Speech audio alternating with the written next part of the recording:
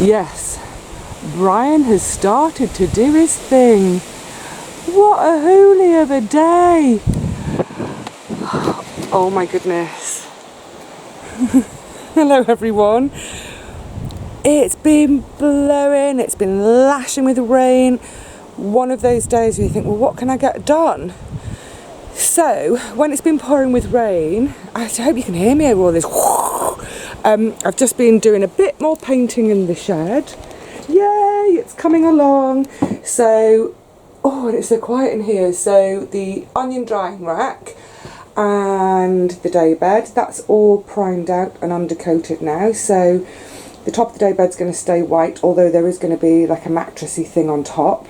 And then the side there, that's going to be grey, where because people kick their feet on it, and the floor is going to be grey. It's pretty grey now, isn't it? So I'm getting there. The problem with painting in the shed is that, unlike when you're at home and you can move everything to another room, I've got no room to move everything. So look at the state of this. Oh my goodness. Everything is jam-packed in on this side. So actually I have had a bit of a sort out, and I found a few bits and pieces, and I thought, oh, I can give those away, give them to friends and neighbours.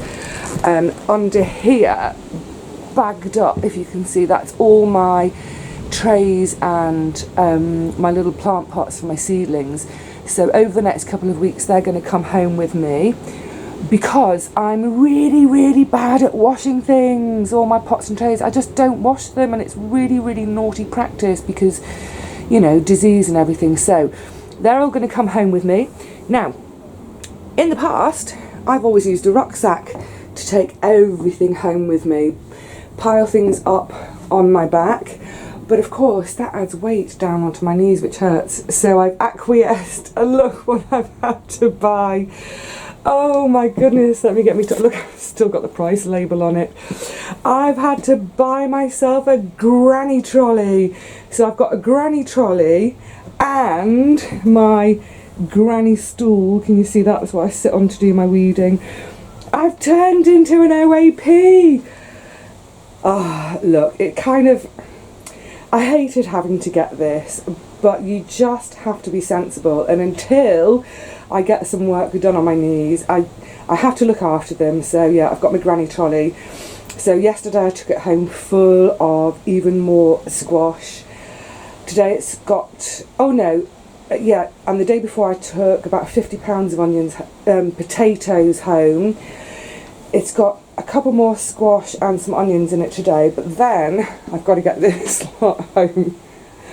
Oh my goodness, look at it. It's pounds and pounds of more white onions, pounds and pounds of the red onions, the big present pumpkin. So yeah, in the next few days I will cart this lot home in the granny trolley, plus, as I said, tucked under there, all my pots and trays, get those home and cleaned, and then they will all stash back in these shelves here. Oh, it'd be nice to show you the shelves now they're done, but I've kind of cluttered things up again, but you get an idea. So once all the harvests and all the clutter's gone home, I think it's going to look pretty dang lovely in here. There, the shelves are finally up. Look, no wonkiness, no bendiness. I kind of miss the bend.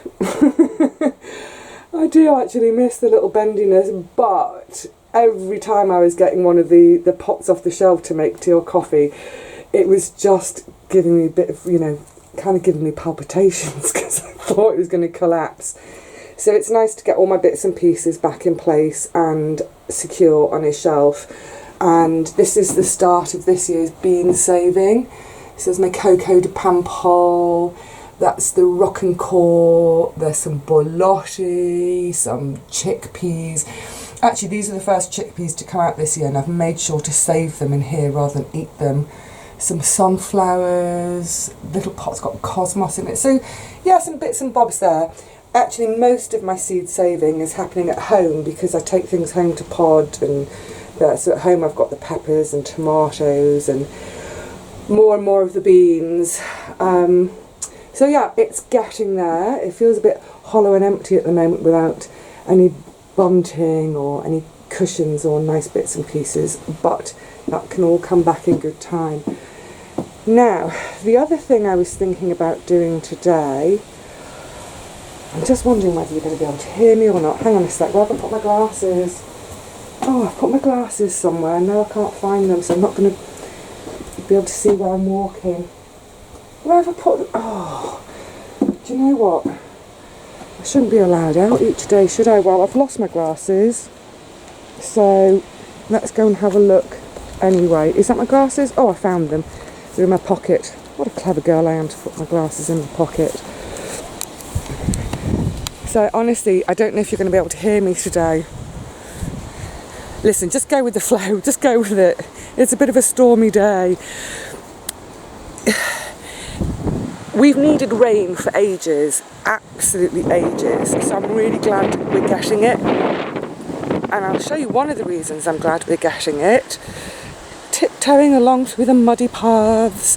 I hope you're going to be able to see this. I think you should.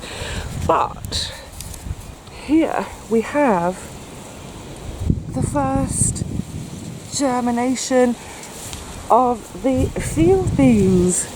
Yay! Isn't it lovely to see bright green shoots at this time of year? Absolutely love it. So these aren't for eating, as I've said before. They are for conditioning my soil.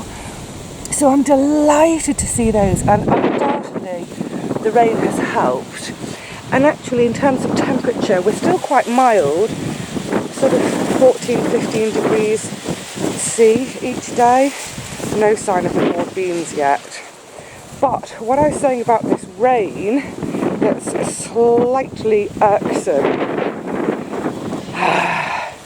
I really want to get on with harvesting the chickpeas, but look how green they are still. There are a few, there's a little patch just down in there that I'll have out hopefully this week that have started to dry.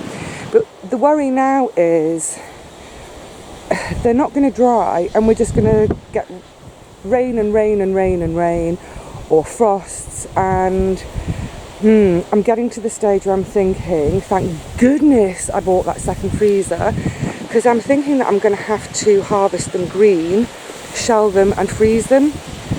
But it's a real shame because I love having a big stash of the dried ones. What to do? Now the other thing that's annoying me with the rain, or the other crop, is the flint corn. I'm just going to grab one off now to show you. Again, ideally, what I've been led to understand is that, let's have a couple off and we can look at them. Let's go and sit at the table and look. Yeah, is that we want to leave them to dry as long as possible on the, I can't do this single-handed. I need to leave them to dry on the plant as long as possible. But if the weather isn't dry, oh, hang on a sec, I'm making a right pig's ear of this. Never mind ear of corn, pig's ear. Let's come this side. There we go. Let's go and have a look at these three.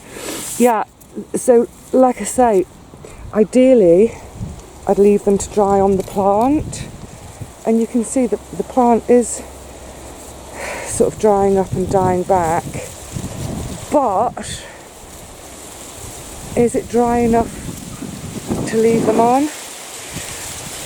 I think I'll do a little bit more research tonight on that, because I don't want to risk leaving things as they are and then things start to rot. Oh my goodness, this wind! Can you hear me, Mother?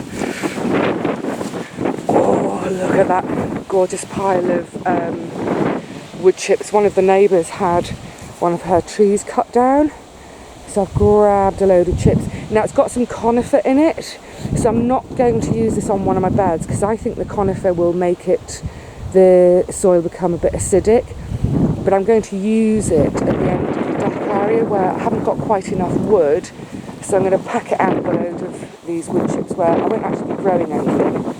So that will be fine and dandy, I hope. Right, come on, let's go and have a look at these cobs. As you can see, well, I hope you can see, the outside of the shed has had its top coats done. I think I'm going to do the white trim, give it one more coat, make it really, really weather tight. But I'm really glad to get this done by winter, because I don't know if you remember from previous videos, on the side here where I had the primer, it was already flaking and peeling. So it's had a couple of coats on there, make it nice and weather tight. I also decided to make the little side balustrade here, instead of having it white, that's gone grey as well. And I think it's looking super smart, and I'm really chuffed with it. But I'm heartily tired of painting, so hopefully good weather tomorrow I can get some top coats on the white, and then I'll have to wait till the end of the day to do it, but start to get a couple of coats on the floor, and then I can play girly house in it. Yay! Right, come on, let's have a look at these, whatchamacallthems. I swung you around really fast then, I'm so sorry. Flint corn, that's it. Do you know what? I'm going to get the tripod out because I really can't do this one-handed. So bear with me for just a second. So, oh, it's so exciting. Like I say, oh, they feel really wet still. And I know they need to be dry, so I'm not going to risk leaving them.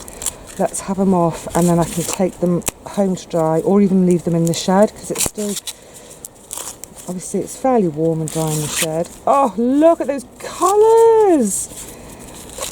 It's pretty unbelievable, isn't it? Look at that. Whoa. Oh, this is my favourite, this raspberry pink colour. So beautiful. But like I say, I think I'll do a little bit of research tonight in terms of what's the optimum sort of dryness because I think there'll be two levels of dryness that you can go for. I'm presuming really, really, really dry for grinding them into corn, so I can make my little tortillas from them. I'm imagining that they wouldn't be quite so dry for popping, because you would still want some moisture in order to cause the explosion. Oh, never mind, I can't wait to get in.